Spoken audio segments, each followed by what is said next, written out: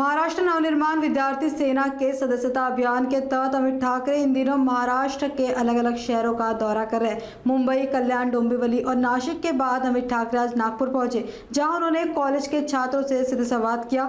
Media से बातचीत के दौरान अमित ठाकरे ने कहा कि वे अलग अलग शहरों में जाकर विद्यार्थियों की समस्या जान रहे हैं। उन्होंने कॉलेज के वॉशरूम में गंदगी मिलने पर नाराजगी जताते हुए कहा कि छात्र सिर्फ सेल्फी लेने के बजाय अपनी परेशानियां खुलकर बताएं। अमित ठाकरे ने भरोसा दिलाया कि विद्यार्थी संगठन छात्रों की समस्याओं में उनके साथ मजबूती से खड़ा रहेगा। काय नाही सर, मी सगळीकडे सभासद नोंदणी झाल्यापासून आम्ही चाललोय.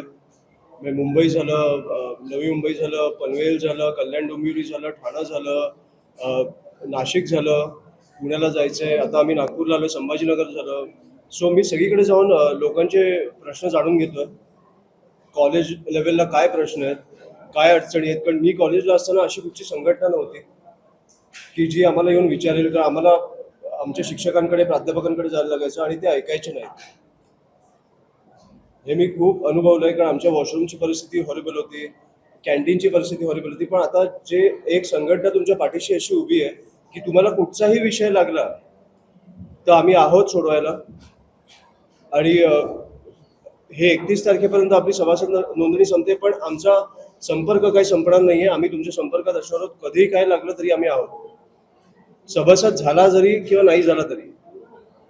अनफॉर्च्युनेटली इकडे, फॉर्च्युनेटली अनफॉर्च्युनेटली मला माहित नाही, पण कुठेही जातोय तिकडे म्हणजे सगळ्यांना फोटोज काढायचे आहेत आणि त्यांचे विषय सांगण्यापेक्षा जास्त त्यांना सेल्फीजमध्ये इंटरेस्ट आहेत. जे मला खूप आवडतंय, ते प्रेम आहे, तो उत्स्फूर्त प्रतिसाद आहे, तो खूप आवडतोय. पण शेवटी मी गेल्यानंतर त्यांच्या अडचणी पण सुटल्या पाहिजेत.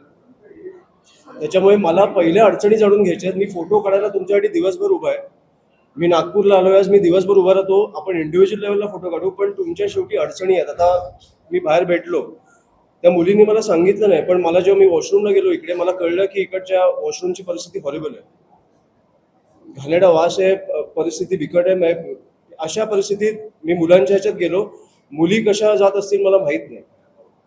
त्याच्यामुळे ह्या अडचणी जाणून घेण्यासाठी मी आलोय आणि मला वाटतं की ह्याच्यावर पहिलं काम केलं पाहिजे. आपण फोटोज काढायला तर मी आहेच. नाही, मला असं भेटायला खूप आवडतं. म्हणून मी तुम्हाला सांगतो की ज्या लेवलला मी निघालो, मी महाराष्ट्रभर निघतोय, ज्या लेवलला प्रतिसाद आहे, असं प्रेम बघायला मी खरंच भारावून जातो कधी कधी. की अशी मुलं माझ्या पाठीवर बसतायत.